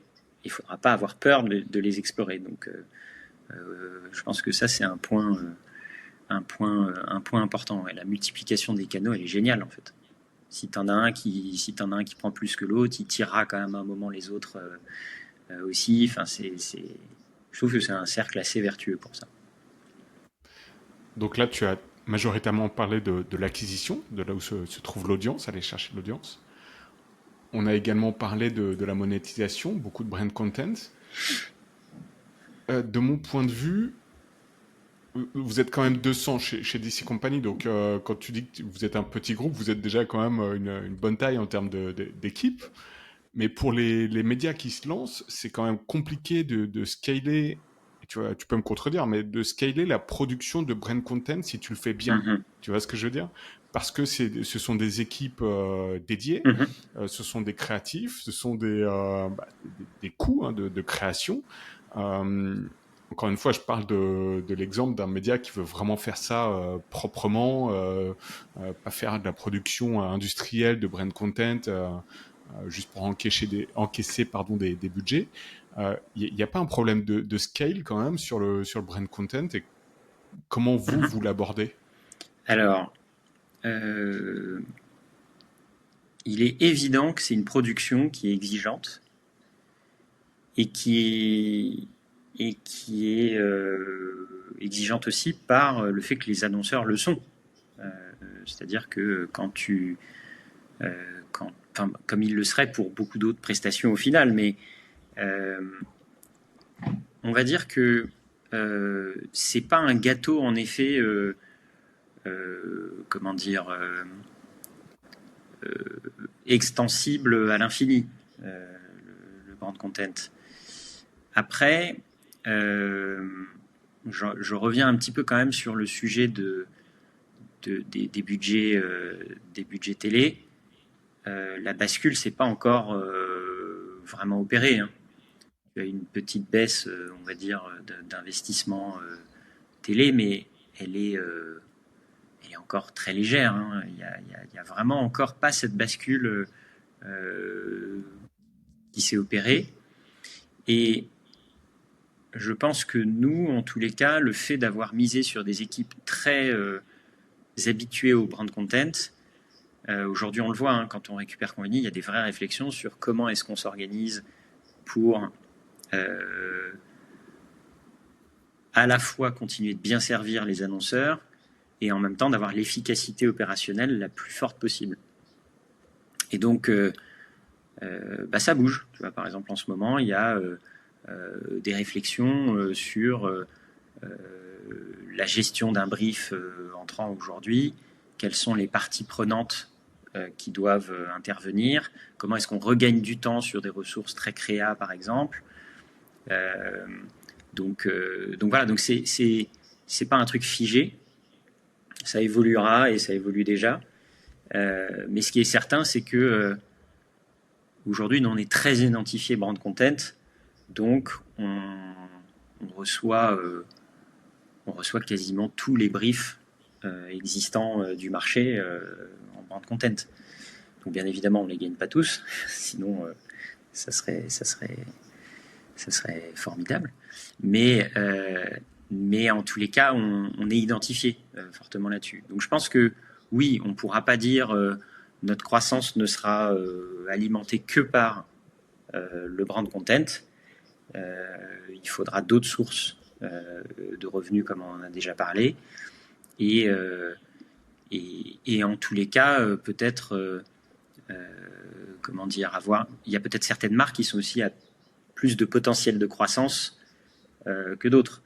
Le Gorafi, superbe croissance actuellement, tu vois, sur la partie brand content par rapport à l'année dernière. Pourquoi ? Parce que des annonceurs qui, encore une fois, vont faire preuve d'autodérision, etc., il y en a de plus en plus et on espère qu'il y en aura de plus en plus qui, en regardant ce qu'ont fait les autres, se disent pourquoi pas moi ? Et donc, le potentiel de croissance, il est évidemment important, par exemple, sur le Gorafi. Aujourd'hui, un annonceur qui vient chez DC Company pour une opération de brand content, il vous challenge sur quel type de KPI, quelle est la performance, comment vous estimez qu'une opération est une bonne opération de brand content pour un annonceur? Il y a plusieurs choses. Alors on a plusieurs façons de le mesurer.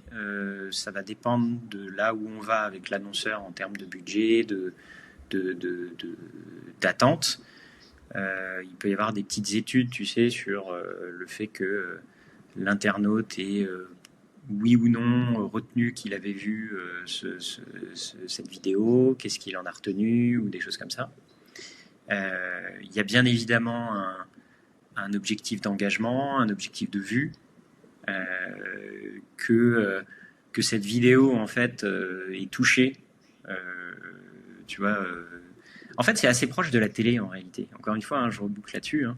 C'est-à-dire que ça va être la notoriété de la marque, est-ce que tu as retenu la marque, est-ce que ça, plus le fait que tu as vu une pub à la télé, plus le fait que tu revois cette vidéo, enfin que tu vois cette vidéo traitée différemment justement par Combini ou par Herstory, voilà, tu vas avoir une complémentarité en fait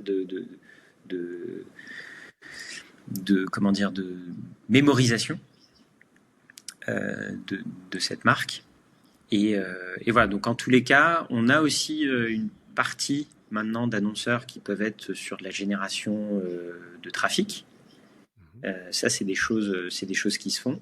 Et encore une fois, après, c'est de savoir s'arrêter à la juste limite par rapport à la perf dont on parlait tout à l'heure. Parce que en brand content, l'annonceur qui te dirait alors je veux du branding, je veux que les gens vraiment se souviennent de moi, qu'ils aient passé un bon moment en regardant la vidéo ou autre, et qu'en même temps je veux que vous me garantissiez une vente derrière, enfin, pas dire que c'est impossible. Il y a ce fameux mot horrible de brandformance qui existe. Voilà, je ne dis pas que ça ne marchera jamais, mais en tous les cas, ça me paraît compliqué, encore une fois, de courir après ces deux lièvres-là, quoi. Donc voilà, c'est en général, tu prends soit un angle très perf, donc tu vas faire des contenus spécifiques à la perf, soit tu prends un angle très brand, et du coup, tu vas plutôt avoir ces KPI de mémorisation, de complétion, d'engagement, de vue, et le fait que voilà, tu as touché du monde, quoi, en ayant fait cette vidéo. Très clair. Je te propose de passer à la dernière thématique. On ne peut pas parler de futur des médias sans parler d'intelligence artificielle. Quelles sont les réflexions aujourd'hui chez DC Company par rapport à l'intelligence artificielle ? Autant peut-être dans la production de contenu que sur des choses plus, disons, opérationnelles, Ouais. peut-être en interne. Comment vous utilisez l'IA ou comment vous souhaitez l'utiliser ? Alors déjà, il y a l'utilisation de l'IA, en fait, elle se fait qu'une boîte décide de l'utiliser ou pas. Prendre un exemple tout bête, un journaliste aujourd'hui, j'ai vu passer une étude il n'y a pas si longtemps que ça. Alors, c'était au Danemark. Alors, est-ce que le Danemark est représentatif de tous les pays? Je ne sais pas, et de la France. Mais il y avait quand même 100 000 Danois qui avaient été interrogés dans cette étude. Et la profession qui avait le plus gros usage de l'IA et qui, par exemple, avait le plus de comptes premium sur ChatGPT, c'était les journalistes. D'accord. Et donc, quand tu parles avec certains journalistes, ils disent bah oui, j'ai déjà utilisé l'IA, ça m'a déjà aidé, etc. Donc en fait déjà, il y a la théorie qui voudrait que le milieu des journalistes regarde ça avec uniquement de l'inquiétude, mais il y a aussi le fait qu'ils regardent en l'utilisant en fait, qu'ils ont bien compris que ça allait les aider. Je pense que c'est d'autant plus vrai qu'aujourd'hui, les générations, parce que nous, c'est vrai qu'on aime bien avoir des recrues aussi qui sont des recrues qui, par exemple, sortent d'école ou autre, parce que souvent, par exemple, un combini peut être vu comme une super première expérience, tu vois, post-école. Donc ça veut dire qu'aujourd'hui, dans ceux qui ont le plus rapidement adopté l'IA, c'est les étudiants. Puisque on a tous peut-être vécu ça. Moi, quand j'étais un peu plus jeune et que j'étais au collège, Internet n'était pas encore aussi développé et il y avait même des CD d'encyclopédie qui s'appelait Encarta. Alors là, j'ai perdu, je pense, beaucoup de gens, mais j'espère que pas suffisamment. Mais voilà, et c'était un truc Encarta, et donc dedans, tu avais une encyclopédie, un truc, tu mettais ton CD et tu trouvais plein d'infos incroyables et tout. Et donc, quand tu voulais faire ton petit exposé en 5e, bah, il y avait celui qui avait Encarta, il y avait celui qui n'avait pas Encarta. Bah, celui qui avait Encarta, en général, il avait une meilleure note parce que son truc, il avait une meilleure gueule, quoi. Après, il y a eu Internet.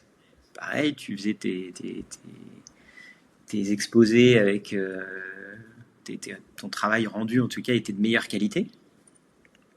Et maintenant, tu as l'IA qui fait que tu peux rédiger des trucs et t'en viens à Sciences Po qui dit interdiction d'utiliser l'IA pour sinon on n'est pas content, tu vois. Donc les étudiants, ils sont allés massivement. Donc c'est-à-dire ces étudiants, ils vont arriver dans le marché du travail. Ils arrivent déjà en fait dans le marché du travail. Ils sont déjà dans le marché du travail. Et eux, bah, ils n'ont pas attendu pour l'utiliser. Ils ont été dans les premiers à l'utiliser. Donc voilà, il y a déjà les gens utilisent l'IA. On va pas faire semblant que ça n'existerait pas. Donc après, ce qu'il faut essayer de faire, c'est donc là, nous, on lance en fait les IA Leaders, ce qu'on a appelé en interne, donc c'est-à-dire des groupes de travail par métier. Donc la production vidéo, la rédaction, la créa, etc. Et ce qui est super cool, c'est que donc on a fait ça sous forme de candidature. Donc les gens ont dit voilà, moi j'ai envie de faire partie de ces groupes de travail autour de l'IA. Bah, du coup, on fait un groupe, par exemple, donc de la prod vidéo. Bah, tu as des gens de la prod vidéo qui ne font que de l'édito. Et puis, tu as des gens de la prod vidéo qui font que du brand. Donc, c'est des équipes qui, normalement, ont moins d'interaction, on va dire. Bah, là, ils vont avoir de l'interaction sur le sujet de l'IA. Comment est-ce qu'on organise la veille sur nos sujets? Comment est-ce qu'on définit qu'on peut utiliser l'IA au sein du groupe? C'est quoi peut-être la limite à pas dépasser? Parce que là, c'est un sujet important dans un groupe média, c'est quelle est la place de l'humain versus l'IA aujourd'hui? Est-ce qu'un contenu entièrement rédigé par IA peut être publié quelque part? Spoil, a priori non. Et ensuite, il y a vraiment cette réflexion aussi de alors ok, il y a des outils, par exemple en prod vidéo, on nous vend monts et merveilles quand tu regardes des comptes TikTok d'influenceurs qui te disent que tu peux faire 5 000 € par jour en faisant des vidéos sur TikTok, en utilisant tel outil qui va te sortir telle vidéo. Et il y a la réalité de, si tu fais ça sur Combini, Her Story, c'est qui la base photographie, ça va faire un peu tâche, quoi.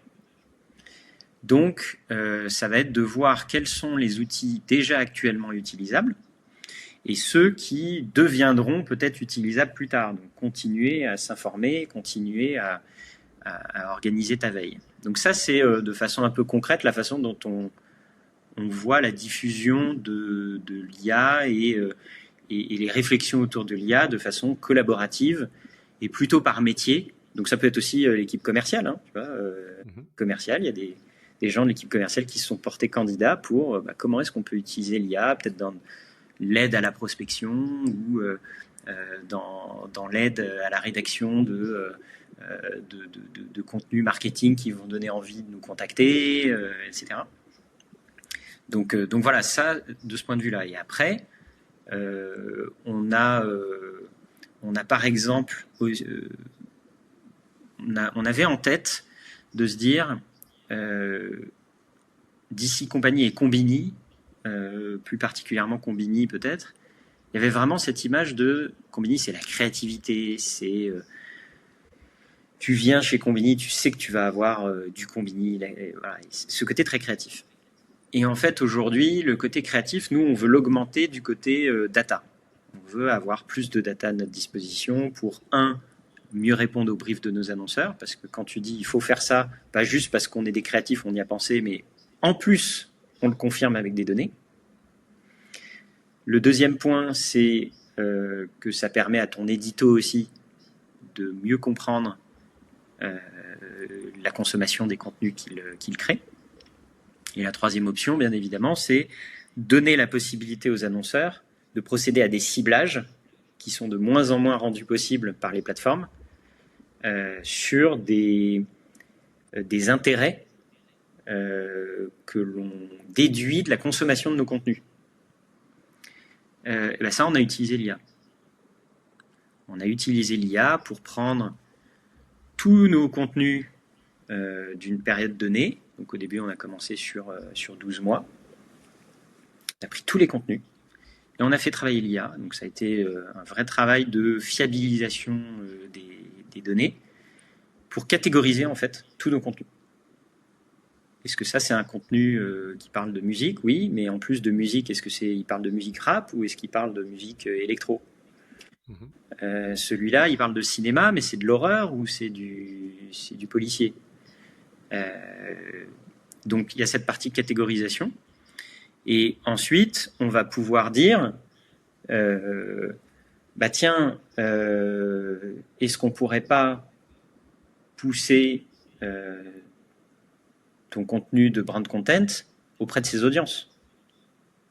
Parce que tu es un annonceur qui, par exemple, veut s'adresser à des gens qui ont consommé du contenu autour de l'écologie. Voilà, on a cette possibilité maintenant de toucher ces audiences-là. L'autre chose aussi, alors ça c'est en cours de réalisation, mais c'est est-ce que c'est un contenu qui qu'est-ce qui génère comme émotion? Est-ce que c'est une émotion plutôt positive, plutôt négative, et même à l'intérieur de ça, est-ce que c'est par exemple si c'est un contenu écologie, est-ce que c'est de l'éco-anxiété ou est-ce que c'est voilà, donc ça par exemple c'est des choses où sans IA compliqué, ou en tous les cas tu devais faire appel. Alors, c'est pas très politiquement correct de le dire, mais c'était quand même beaucoup fait, mais tu faisais appel à des sous-traitances dans des pays offshore avec des gens qui se tapent tous les contenus, qui disent voilà, ça c'est bien, c'est pas bien, ou alors tiens, ça je pense que c'est catégorie cinéma, et je sais pas si c'était une avancée pour l'humanité d'avoir fait ça, je sais pas si c'est bien que l'IA remplace ces métiers-là, mais force est de constater que le temps nécessaire pour avoir traité nos 5500 contenus vidéo sur 12 mois en quelques semaines, je suis pas sûr qu'on serait arrivé à ce résultat-là. Donc voilà, donc ça c'est un usage qui a fait consensus immédiatement au sein des équipes. Il n'y a pas eu de gens qui ont dit faudrait pas qu'on utilise l'IA pour faire ça. Enfin, ça paraîtrait étonnant, quoi.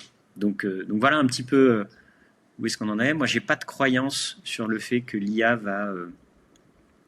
C'est une accélération de la production facilitée de contenu, mais c'était déjà un peu le cas avant, mais ça va encore plus loin et encore plus vite.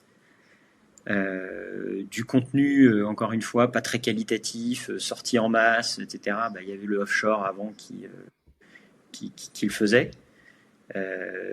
Et donc, ce que les gens qui commandaient à ce offshore ont fait, c'est qu'ils ont dit bon, ça va me coûter 100 fois moins cher de faire appel à l'IA. Pouf, je bascule sur l'IA et voilà. Mais pour autant, est-ce que ces médias-là, ou en tout cas peut-être ces influenceurs-là, ou ça dépend après qui l'utilise, mais est-ce qu'ils seront encore là dans 15 ans? Est-ce que leur marque sera forte? Est-ce que les gens font confiance à cette marque? Est-ce que cette marque arrivera à créer du contenu, au sens être à l'origine et à la source de l'information? Non, je pense pas. Après, c'est vraiment c'est un avis, hein, et ça se trouve dans 15 ans, tu me rappelleras et tu diras Augustin, tu t'es vraiment bien planté, et voilà. Mais en tous les cas, je pense que il y a des sujets qui vont être un peu plus touchés, clairement. Je te prends un exemple. Quand tu fais des vidéos Her Story et que tu utilises de la musique dedans, jusqu'à maintenant, tu tapais dans des librairies de musique, etc. Maintenant, tu as des musiques générées par IA, en veux-tu, en voilà. Tu n'as plus trop de problématiques de droit aussi importantes que si c'est un chanteur voilà, qui est même pas très connu, mais en tous les cas avec qui il y aurait des problématiques plus fortes que celles générées par IA. Donc voilà, il y a forcément des endroits où l'IA va pouvoir s'intégrer et bien le faire, hein, ça existe déjà. Mais est-ce que le fait d'aller interviewer telle personne et que telle célébrité, et que cette célébrité se sente à l'aise avec la personne qui lui fait l'interview, se sente suffisamment à l'aise pour se confier et faire que on puisse sortir un format tout nouveau comme celui qu'on a sorti là il y a juste quelques semaines, et on a sorti déjà quelques épisodes qui s'appellent All In sur Combini, où voilà, l'idée c'est un peu de t'as un moment un peu de confiance, voilà, et donc l'artiste va un petit peu plus loin dans ses confessions, va un petit peu plus loin dans voilà, c'est du relationnel, c'est de l'humain, et surtout dans tout ce qui est culture, pour un Combini, voilà, il y a ce truc de voilà, la personne va se laisser aller à des moments hyper intéressants pour créer un contenu, quoi. Donc voilà, nous on est à l'affût, on utilise déjà des choses, mais en tout cas on veut le faire dans un cadre qui est réfléchi avec les équipes, et qui fait que les gens sont autour de la table et se disent ouais, ça c'est cool, non, ça c'est pas encore bon, ça on veut pas aller jusque là, et voilà, et d'essayer de faire prendre cette mayonnaise comme ça.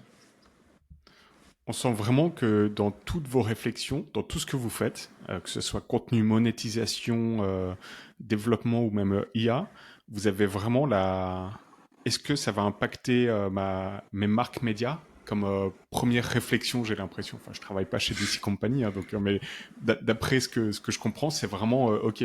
On peut faire ça, oui, mais qu'est-ce que ça veut dire? Quelles sont les implications sur la marque?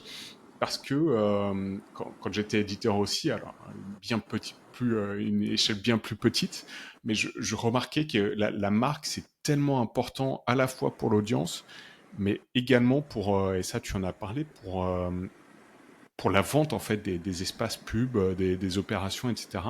C'est beaucoup plus simple d'avoir quand tu as une marque très forte comme Combini, les annonceurs déjà viennent beaucoup plus à toi. Mhm.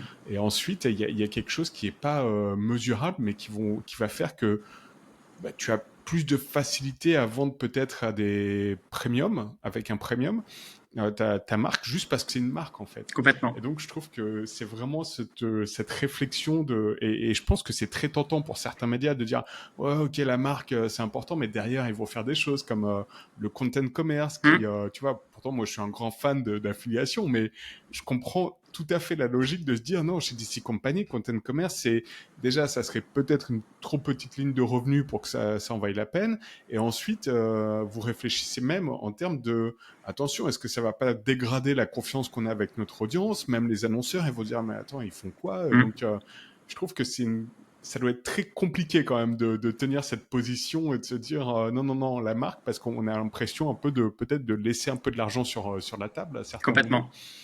Euh, Mais pour le coup, tu vois, si tu prends donc le programmatique qui est pas en croissance chez nous, par contre, qu'est-ce qui est en croissance de façon hyper intéressante? Le brand content. hmm, Donc a priori, le fait de ne pas avoir dégradé une marque et le fait d'avoir l'événementiel qui est en croissance avec des marques qui nous font confiance, tu vois, et des belles marques, hein, des institutionnels tu vois, comme Orange, voilà, qui se disent, bah, j'ai envie de m'associer en fait à cette marque qui voilà, en effet, est préservée, quoi. Augustin, est-ce que tu as encore 5 minutes? Avec plaisir. Ok, question de fin. Donc, question rapide et réponse, tu prends le temps que tu veux, mais je sais que tu as un autre rendez-vous là dans un petit quart d'heure, donc Ouais. on va tenter de faire vite. Quel est l'outil ou le service que tu rêves d'avoir pour faire ton boulot et qui n'existe pas encore? Alors, euh, sans doute un outil euh, qui soit une veille la plus intelligente possible. C'est-à-dire que tu as plusieurs façons de faire ta veille. Soit tu passes ton temps à scroller sur différentes plateformes, différents endroits, tu sélectionnes des sources, et du coup cette veille, elle est soit très chronophage, Mhm. soit elle est limitée aux sources que tu lui donnes. Et donc un outil qui s'inspirerait de ce que tu lui donnes comme source, euh, passerait du temps à scroller à ta place et, et comment dire, t'ouvrirait le champ des possibles de ta veille de façon beaucoup plus forte que si tu le faisais toi-même. Ça, je trouve que ça serait vraiment un bon truc. Alors, tu peux déjà un petit peu potentiellement le faire avec un agent, euh, Mhm. mais, euh, mais on va dire que c'est un outil qui mérite peut-être d'être un petit peu plus packagé, un petit peu plus voilà. Et ça, je pense que c'est voilà, ça serait le bon truc. Et surtout, bien évidemment, que ça te fasse une veille à l'international. Voilà, bah tiens, il m'a mis telle source d'infos en français. Moi, je vais aller chercher les sources équivalentes aux US, au UK, en Allemagne, etc. Et puis, bah, je vais lui sortir ce qui est, selon moi, le plus intéressant parce que peut-être qu'il m'a dit que ça, il likait, ça, il a dit que c'était peut-être finalement pas très intéressant, ou alors je me suis juste rendu compte qu'il l'a même pas consulté ou qu'il n'est pas allé plus loin que les deux premières lignes, ou voilà. Et d'avoir un vrai outil de veille hyper hyper intelligent. Intéressant. Quelles sont les tendances dans le secteur des médias qui te stimulent le plus en ce moment? Euh, Globalement, la création de contenu vidéo, je Ouais. trouve qu'il y a énormément de créativité sur les formats, énormément de créativité de thématiques, de choses où on se dirait, en fait, régulièrement de regarder une vidéo et de dire putain, c'est vachement bien ce qu'ils ont fait et j'avais jamais vu ça avant. Et en fait, tu le découvres, enfin, ça arrive encore aujourd'hui, quoi. On pourrait toujours avoir cette image de qu'est-ce qui n'a pas déjà été fait, tu vois.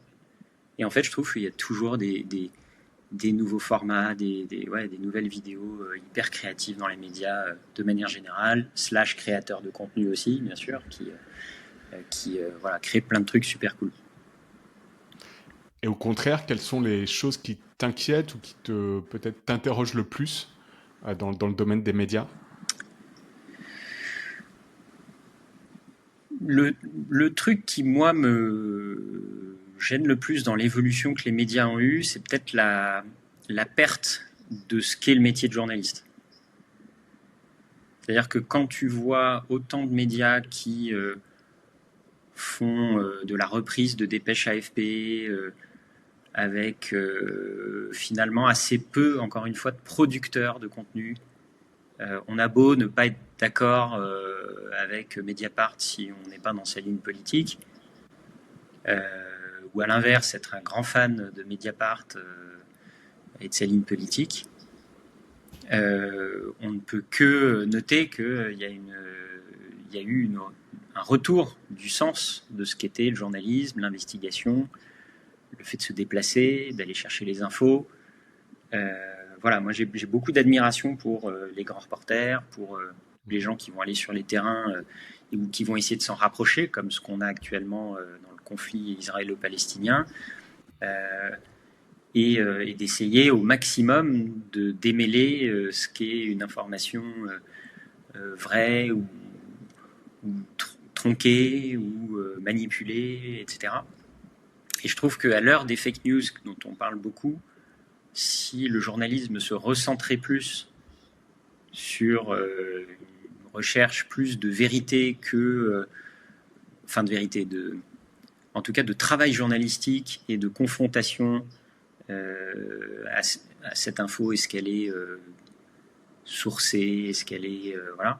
Je pense que on y gagnerait déjà démocratiquement et ça aurait plus de sens que la course à l'échalote de l'audience à tout prix, avec des fois des articles. Voilà, quand j'ai vu passer l'autre jour un article d'un grand média connu et que, attention, la date de fin de votre permis de conduire papier rose approche ou est imminente, enfin un titre comme ça dans Discover et que tu cliques et qu'en fait la date c'est 2030 et quelques. Voilà, je ne sais pas si on est dans un journalisme extrêmement méritoire. Quel est le média ou le groupe média qui t'inspire le plus? Alors, dans le côté croissance externe, je ne peux pas ne pas citer le groupe Futur, qui est un groupe UK qui s'est développé depuis pas si longtemps que ça, hein, depuis moins de 10 ans, et qui aujourd'hui est aux alentours de 400 millions de chiffre d'affaires et cumule plein de marques comme Marie-Claire, T3, Watifi, etc. Enfin, ils ont une galaxie de marques. Donc ça, forcément, d'un point de vue croissance externe, quand tu as un groupe comme DC Company, c'est intéressant. Et après, non, peut-être dans quelque chose de plus personnel ou qui voilà, me fait plaisir à voir, c'est le média positif. Voilà, ça, je suis très, très client. Je trouve que c'est une super approche. Ils se développent bien, ils prennent le temps aussi, complètement à l'inverse de Futur, hein, du coup, puisque ça fait, je crois, quand même pas loin de 4 ans qu'ils existent, et pour autant, ils ont déjà des beaux succès, et voilà, j'adore la ligne éditoriale et ce qu'ils font, et voilà, j'adore. Quel est le business média que tu rêverais de lancer? Peut-être une passion secrète? Alors, elle n'est pas trop secrète parce que déjà, tu vois, derrière moi, il y a un tableau d'une affiche originale de film. Donc, j'ai une grosse passion pour le cinéma. Donc, évidemment, ça pourrait être un sujet qui m'intéresserait. Voilà, je trouve qu'il y a des créateurs de contenu qui font des choses intéressantes. Combini fait des choses super intéressantes. Donc voilà, en passion, il y a ça. Après, d'un point de vue purement business, ça serait peut-être pas le cinéma, en tous les cas, que je creuserais. Peut-être plus des choses un peu tournées autour du B2B, parce que j'aime bien le côté, t'as pas besoin d'avoir 6 millions de personnes qui te suivent pour avoir un média très rentable, très spécialisé, très intéressant pour des annonceurs et pour les audiences, bien évidemment. Donc peut-être un truc B2B, après sans avoir spécialement une idée précise du média. Mhm. Mhm. J'imagine que tu es déjà bien occupé chez DC Company, donc il y a ça qui te prend pas mal de temps. Ça peut, mais quand Ok, on veut, on peut trouver du temps. c'est sûr. Est-ce que tu cherches des partenaires, des contacts? Est-ce que vous avez des recrutements en ce moment ou à venir chez DC Company? Alors, en termes de partenariat ou autre, bon, moi, ce qui me passionne toujours, c'est de rencontrer des créateurs de contenu, des médias, etc. Ça, c'est sûr que c'est toujours intéressant. Au sein de DC Company, j'en ai pas parlé, je fais juste une digression, mais on a le DC Club, Mhm. qui est un club de networking, en fait, qui réunit des entrepreneurs avec des dirigeants de grandes entreprises ou même du monde de la finance ou des médias de manière générale. Et j'aime beaucoup ces moments-là parce que tu peux rencontrer à la fois des gens qui ont créé des médias super cool comme Hugo Travers avec Hugo Décrypte. Euh, et tu vas pouvoir aussi parler avec, au hasard, le dirigeant de la Dépêche. Voilà, donc c'est assez passionnant en tous les cas toujours d'échanger avec des gens des médias. Et nous, quand on parle ensemble, c'est aussi des discussions que j'aime beaucoup. En termes de recrutement, nous, on a forcément un peu toujours des recrutements en cours pour soit renforcer des équipes, soit remplacer aussi des gens qui partent vers d'autres aventures. On va dire que les, les parties, on sera forcément dans les groupes médias à avoir de rebattre un petit peu des cartes dans les fonctions des gens, dans ce qui doit être prioritaire ou ce qui doit l'être un petit peu moins.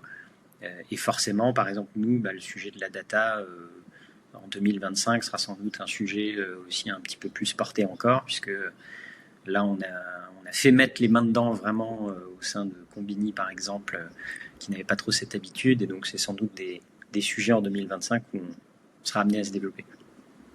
Très intéressant. Ça sera peut-être l'occasion d'une V2 ou d'un autre épisode. Entre-temps, quel est le meilleur moyen pour les auditeurs de te contacter? LinkedIn? LinkedIn, Ok. exactement. C'est le meilleur médium. Et en tous les cas, voilà, qu'ils n'hésitent pas à Mhm. envoyer un petit message. Je mettrai ton profil en description du podcast. Très bien. Augustin, merci énormément. Je crois que tu as une minute pour te préparer pour ton prochain appel. Timing parfait On pour est moi, un peu nickel. short pour toi. C'est nickel. Ok, merci énormément Augustin, c'était passionnant. Et bien entendu, on va suivre toute l'actu de DC Company dans les prochains mois et hâte de découvrir comment vous allez évoluer. Eh ben, écoute, merci beaucoup pour l'invitation. Et puis, j'espère que les auditeurs, viewers, se seront pas endormis avant la fin, que j'ai évité d'être trop embêtant. Mais en tout cas, c'était vraiment un super moment. Passionnant. Merci beaucoup Augustin. À bientôt. Merci. Salut. Salut.